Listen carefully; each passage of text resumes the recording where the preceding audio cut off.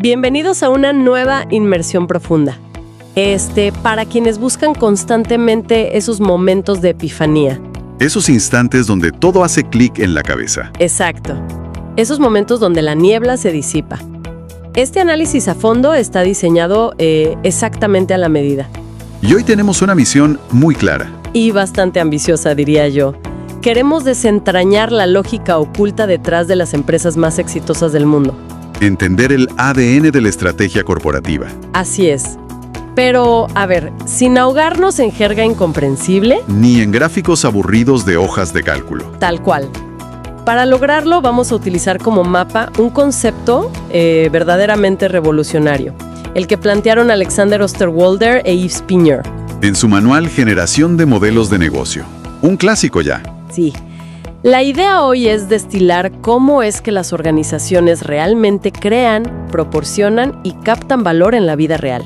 Ok, vamos a desempacar esto porque a primera vista hablar de modelos de negocio suena a algo... Reservado exclusivamente para reuniones de directorio. Exactamente, a puerta cerrada y con traje y corbata. Y ese es, curiosamente, el primer gran obstáculo mental que debemos superar. Lo fascinante aquí es que el objetivo no es aprender a redactar un documento burocrático de 100 páginas. Claro. Sino comprender la mecánica pura de la supervivencia corporativa. Queremos llegar al porqué. Al núcleo del asunto. Sí, el por qué ciertas estrategias conquistan mercados enteros en cuestión de meses, mientras que otras, respaldadas por millones de dólares, se hunden sin dejar rastro. Un modelo de negocio despojado de toda la complejidad innecesaria es, digamos, simplemente la lógica financiera y operativa que permite a una entidad sostenerse. Es el andamiaje invisible. Me encanta esa analogía. El andamiaje invisible. Si logramos dominar esta estructura, ganamos la capacidad de diseccionar cualquier operación. Desde esa pequeña cafetería de especialidad en la esquina. Hasta un gigante tecnológico global. Y entender exactamente cómo logran que el dinero fluya. Pero antes de meternos de lleno a desarmar ese andamiaje pieza por pieza, creo que vale la pena romper un mito enorme. A ver. Solemos tener esta imagen mental de que la innovación es un fenómeno súper moderno. Ah, sí, totalmente. Como algo que ocurre exclusivamente cuando un par de veinteañeros se encierran en un garaje en Silicon Valley a programar. Claro, el estereotipo de la sudadera con capucha. Exacto. Sin embargo, la historia de la innovación comercial es muchísimo más antigua. Y pragmática. Completamente. Si rascamos un poco en la historia, fíjate que vemos que los grandes saltos no siempre fueron tecnológicos, sino comerciales. Así es. Pensemos en Johannes Gutenberg en el siglo XV. El de la imprenta. Sí. La narrativa tradicional nos dice que su gran genialidad fue inventar la imprenta de tipos móviles. Ajá. Pero el verdadero rompecabezas para Gutenberg no fue solo la ingeniería del aparato. Fue descubrir cómo diablos monetizarlo. Ah, claro. Buscar aplicaciones comerciales viables para la impresión mecánica y convencer a un mercado que solo conocía los manuscritos. Que eran hechos a mano, lentísimos de producir. Exacto. Eso fue, en toda regla, un ejercicio magistral de innovación en el modelo de negocio. Y si damos un salto enorme hacia el siglo XX, vemos patrones similares de disrupción pura. Por ejemplo, en 1950. Con Diners Club. Así es. Los fundadores de Diners Club no inventaron el dinero. Para nada. Pero introdujeron la tarjeta de crédito, dándole la vuelta por completo a la dinámica del financiamiento del consumidor. Me detengo ahí, porque eso conecta directamente con otro caso histórico que siempre me ha parecido brillante. ¿Cuál? El de Xerox. En 1959. Tenían una fotocopiadora extraordinaria, la 9014. Pero era absurdamente cara para la época. Absurdamente cara. Si se hubieran aferrado al modelo tradicional de yo fabrico una máquina y tú me la compras, probablemente habrían quebrado. Seguro que sí. En lugar de eso, cambiaron las reglas del juego. Introdujeron el alquiler de la máquina y un modelo de pago por copia. Claro, básicamente eliminaron la fricción de la inversión inicial para el cliente. Tal cual. Ese es el meollo del asunto. Xerox transformó un gasto de capital masivo para sus clientes en un gasto operativo predecible. Y esa misma lógica de eliminar barreras es la que impulsa las disrupciones modernas que todos conocemos. Sí, el caso de Apple con el iPod es el ejemplo de manual. Sí. No fueron los primeros en crear un reproductor de MP3, ni mucho menos. Ya existían varios. Pero la competencia vendía dispositivos de almacenamiento. Ajá. Apple creó un ecosistema. El hardware del iPod emparejado con el software de iTunes y la tienda digital de música. Reescribieron por completo las reglas de distribución. Y de monetización de la industria discográfica. No ganaron por tener los mejores chips. Ganaron por tener el modelo más fluido. Exactamente. Y esa fluidez toma formas fascinantes dependiendo del sector. Vemos a Skype, Uf, tremendo. que pulverizó el mercado de las telecomunicaciones internacionales simplemente aprovechando la tecnología P2P. O sea, de igual a igual. Exacto. Ofrecieron llamadas gratuitas usando el ancho de banda de los propios usuarios. O Zipcar, que entendió una transición cultural clave. Sí, en las grandes ciudades. La gente ya no quiere el dolor de cabeza de poseer, mantener y estacionar un vehículo. Lo que realmente necesitan es movilidad a la carta. Alquilar un auto por un par de horas. Y ojo, que esto no se limita a maximizar ganancias corporativas, Muy buen punto. También aplica el impacto social. como el Grameen Bank. Demostró que se puede mitigar la pobreza estructural a través de un modelo innovador, enfocado en micropréstamos para sectores que la banca tradicional consideraba no financiables. Además, hay un detalle casi poético sobre cómo se estructuró este conocimiento que estamos analizando hoy.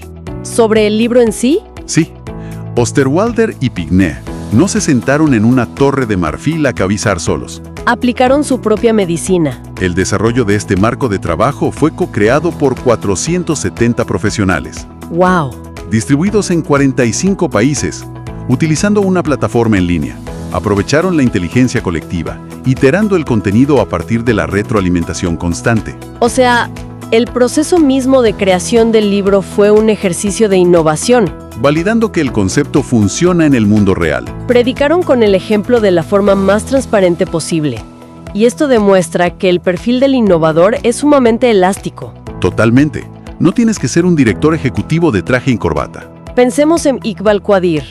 Él no lideraba un gigante tecnológico, No. pero vio la oportunidad de llevar telefonía y electricidad a zonas rurales de Bangladesh. Combinando microcréditos con redes móviles. O el caso de Mariel Seegers, que junto con sus socios sacudió la industria tradicional de bienes raíces corporativos. Con Seeds to Meet. Sí, una plataforma para rentar espacios de reunión inusuales a última hora. Cualquiera que esté dispuesto a cuestionar la inercia de así es como siempre se han hecho las cosas, puede rediseñar un modelo. Y para estructurar esa rebeldía contra lo establecido, el marco central que proponen es el lienzo del modelo de negocio. Esencialmente es un mapa visual 9 bloques de construcción. que te obligan a ver a la empresa como un organismo interconectado. Y todo arranca en el epicentro lógico de cualquier iniciativa.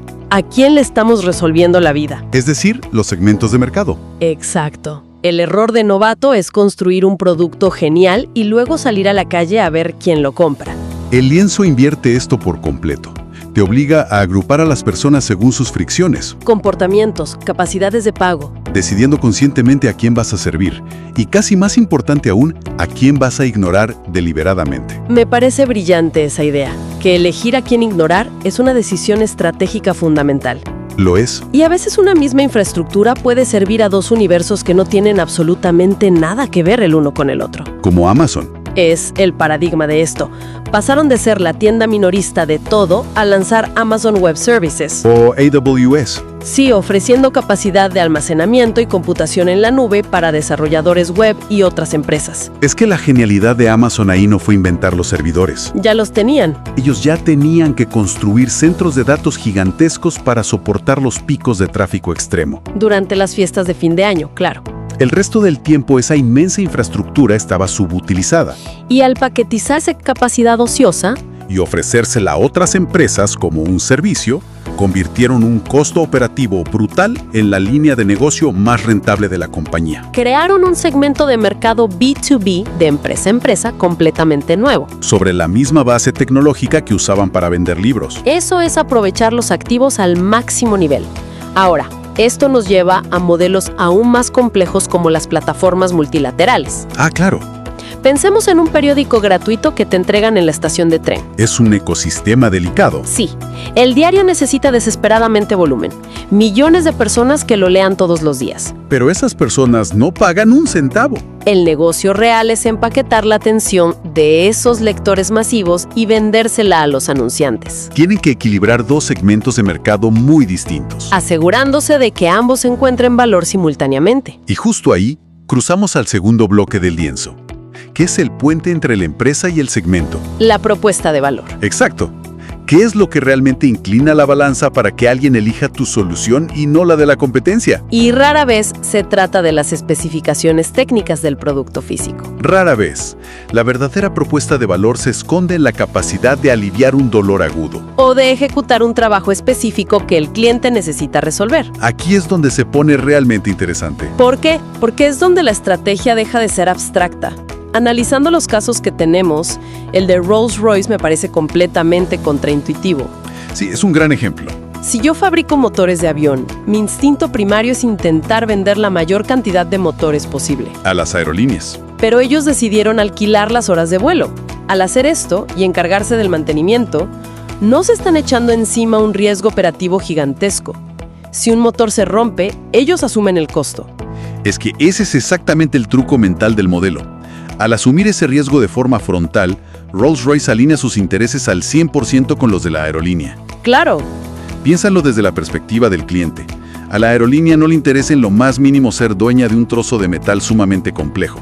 Lo que le interesa es que sus aviones vuelen según el itinerario. Y no se queden en tierra perdiendo dinero, al cobrar una tarifa por cada hora que el motor funciona de manera óptima. Rolls-Royce se obliga a sí misma a fabricar máquinas ultra fiables. Y a realizar un mantenimiento preventivo impecable. Su centro de ganancias ya no es la venta del equipo. Es la fiabilidad operativa continua. Le cambian por completo la perspectiva al cliente. Ya no te vendo un pasivo que se deprecia, te vendo tranquilidad operativa garantizada. Y viendo otros enfoques, me doy cuenta de que no siempre se trata de añadir capas de sofisticación. A veces la innovación pura es recortar sin piedad. Para bajar el precio a niveles que antes parecían absurdos. El Tata Nano en la India ilustra esa dinámica de precio y accesibilidad a la perfección. No intentaron hacer una versión ligeramente más barata de un sedán convencional. Rediseñaron el concepto mismo del automóvil desde cero. Eliminaron todo elemento que no fuera estrictamente esencial. Para la movilidad básica. El resultado: llegaron a un segmento masivo de la población india para quienes la única alternativa de transporte familiar era una motocicleta sobrecargada. Literalmente crearon un mercado automotriz donde antes no existía poder adquisitivo para uno. Y en el otro extremo del espectro adquisitivo tenemos la democratización del lujo. Con empresas como NetJets. Comprar y operar un jet privado es privativo incluso para muchas corporaciones grandes. Pero al introducir la propiedad fraccionada, donde compras una octava parte, por ejemplo, te garantizan acceso a la flota cuando lo necesitas. Desbloquearon la exclusividad dividiendo el costo de entrada. Y otra de las cosas que logran un impacto enorme es la reducción de costos para el cliente. Como hizo Salesforce con el software CRM. Llevándolo a la nube para ahorrarle dolores de cabeza a los clientes que antes tenían que instalar y mantener servidores propios. Exacto. Pero bueno, ya sabemos a quién le vendemos y qué dolor le aliviamos. Ahora, ¿cómo hacemos para que esa solución llegue efectivamente a sus manos? Entramos al terreno de los canales, el tercer bloque. Y aquí la dinámica es un juego de equilibrio constante, me imagino. Lo es. Un equilibrio entre el margen de ganancia y la penetración en el mercado.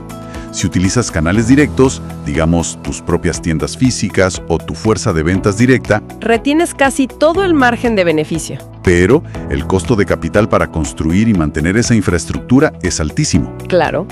Por otro lado, si te apoyas en canales indirectos, como distribuidores mayoristas o socios comerciales, cedes una parte importante de tus ganancias en comisiones. Pasivo y casi inmediato. Sin asumir el costo fijo de la expansión. Entiendo la disyuntiva. Ganar más por unidad o vender muchísimas más unidades ganando menos de cada una. Y una vez que la transacción ocurre a través de ese canal, entramos al cuarto módulo. Las relaciones con los clientes, que me parece fascinante cómo esto ha mutado. Totalmente. Hace un par de décadas, relación con el cliente significaba tener a una persona amable detrás de un mostrador. O un centro de llamadas eficiente para quejas. Hoy estamos hablando de ecosistemas y dinámicas emocionales mucho más profundas. Un caso de estudio extraordinario en este frente es el de GlaxoSmithKline. Cuando lanzaron Ali, su medicamento de venta libre para adelgazar. No se limitaron a poner la pastilla en las farmacias y lanzar anuncios en televisión. Crearon una comunidad en línea. Dedicada exclusivamente a los usuarios del tratamiento. Ahora, ¿por qué una farmacéutica asumiría el enorme reto de moderar un foro sobre pérdida de peso? Porque entendieron que bajar de peso no es solo un proceso químico. Es un desafío emocional Y físico monumental, a menudo acompañado de efectos secundarios que pueden frustrar al paciente y hacer que abandone el tratamiento. Entonces, al facilitar un espacio seguro donde los usuarios podían compartir sus luchas, apoyarse mutuamente y recibir información validada, La empresa no solo gestionó de manera brillante las expectativas, sino que generó una lealtad profunda hacia la marca en un entorno altamente vulnerable. me genera mucho ruido pensar en el riesgo que asumieron, pero el retorno en términos de confianza y retroalimentación es incalculable. Y llevando esa relación un paso más allá, llegamos a modelos donde el cliente literalmente construye el producto. La creación colectiva. Si compramos algo en Amazon, las reseñas detalladas que dejan otros usuarios son, muchas veces, el factor determinante de nuestra propia compra. Amazon orquesta esto, pero el valor lo aportan los clientes. O el caso extremo, YouTube. Google provee la infraestructura tecnológica y el ancho de banda. Pero absolutamente todo el contenido que nos mantiene pegados a la pantalla es creado por la misma comunidad de usuarios. El modelo de negocio moderno ya no dicta simplemente cómo se vende un producto. Diseña el ecosistema completo de interacción. La empresa se convierte en un facilitador y el usuario se vuelve simultáneamente consumidor y productor de valor. Y para que todo este hermoso ecosistema funcione, necesitamos combustible. Tenemos que entrar a la sala de máquinas, Entender la viabilidad financiera y operativa. como comprar un café y entregar un billete. Totalmente de acuerdo. La venta de activos físicos, como Fiat vendiendo automóviles, es solo la punta del iceberg. Tienes mecanismos mucho más recurrentes y elásticos. Las tarifas por uso son un clásico, Pagas por la cantidad de noches que duermes en un hotel. o los datos que consumes en tu plan de telecomunicaciones. Luego están los modelos de suscripción, que son el santo grial de la previsibilidad financiera, Como menciona el manual, el videojuego World of Warcraft. donde en lugar de venderte el juego una vez y olvidarse, Te cobran una cuota mensual perpetua para mantener tu acceso al universo en línea. esto transforma picos de ventas esporádicos en un flujo de caja constante. Y predecible. También están los préstamos o alquileres, como ya mencionamos con Zipcar. Y no olvidemos el modelo de licencias. Pienso en empresas como Qualcomm. Su genialidad no fue construir fábricas gigantescas para ensamblar microchips. Sino dominar la propiedad intelectual. Diseñan la arquitectura fundamental de las telecomunicaciones móviles y luego cobran regalías a quienes realmente fabrican los dispositivos, Es un modelo de márgenes altísimos, porque su principal activo no son las máquinas, sino las patentes. lo que nos lleva naturalmente al sexto bloque. Los recursos clave. Para ejecutar cualquier estrategia, necesitas piezas en el tablero. Y esas piezas varían dramáticamente según la naturaleza del negocio, Tienes monstruos de los recursos físicos, como Walmart. Su ventaja competitiva es su inmensa y afinada red logística, cientos de centros de distribución hipereficientes. y miles de tiendas en puntos estratégicos. Pero contrasta eso con corporaciones basadas en recursos intelectuales. Como mencionábamos, con Qualcomm o gigantes como Microsoft y Nike. Para ellos el valor reside en el código de software, los algoritmos, el poder de su marca registrada o sus patentes de diseño. No compiten por metros cuadrados, compiten por cuota mental y derechos legales. También está el factor humano, que a veces tendemos a minimizar frente a la tecnología. En industrias altamente especializadas como la farmacéutica, una empresa como Novartis no es nada sin su ejército de investigadores. Científicos y doctores. El capital humano es literalmente el motor de su innovación futura. Pero, ¿qué pasa con los recursos económicos? Porque entiendo la teoría operativa, pero bajar esto a la realidad de las finanzas corporativas es otro nivel. Si conectamos esto con el panorama general, ahí es donde encontramos acrobacias financieras que operan como ventajas competitivas invisibles, pero letales.